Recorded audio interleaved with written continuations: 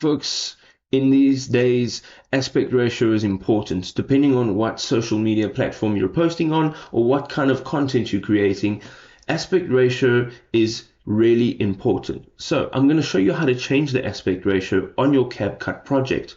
Let's get into it. So the first thing you want to do is, of course, have a video in your timeline. Over here, you can see I've got a video. Now, when you adjust aspect ratio, you adjust the aspect ratio for the entire project. You can't have one aspect ratio for one video clip and then a different aspect ratio for another video clip within the same project. So this is how you go about it. You don't need to select any clips. On your player tab over here, you can see that there's a magnifying glass, there is the word ratio, and that's what we're looking for. Once you click on this, you're going to go ahead and see that there are a bunch of preset aspect ratios. Now, of course, if you're doing YouTube videos, then the aspect ratio will be 16:9. If you're doing any short form content, you can see over here there's a 9:16. So just for example, let's go ahead and select that.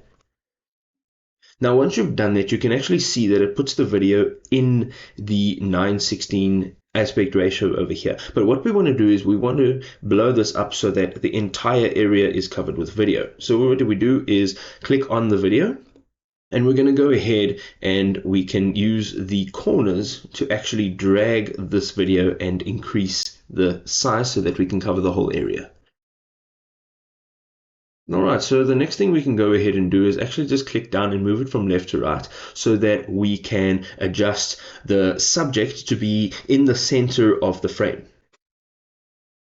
Well, there we go. Now you can see it's in 9:16 aspect ratio, and this is what it looks like. So another thing you can do is go ahead and change this aspect ratio to be completely custom. So if you go over here and you click on custom,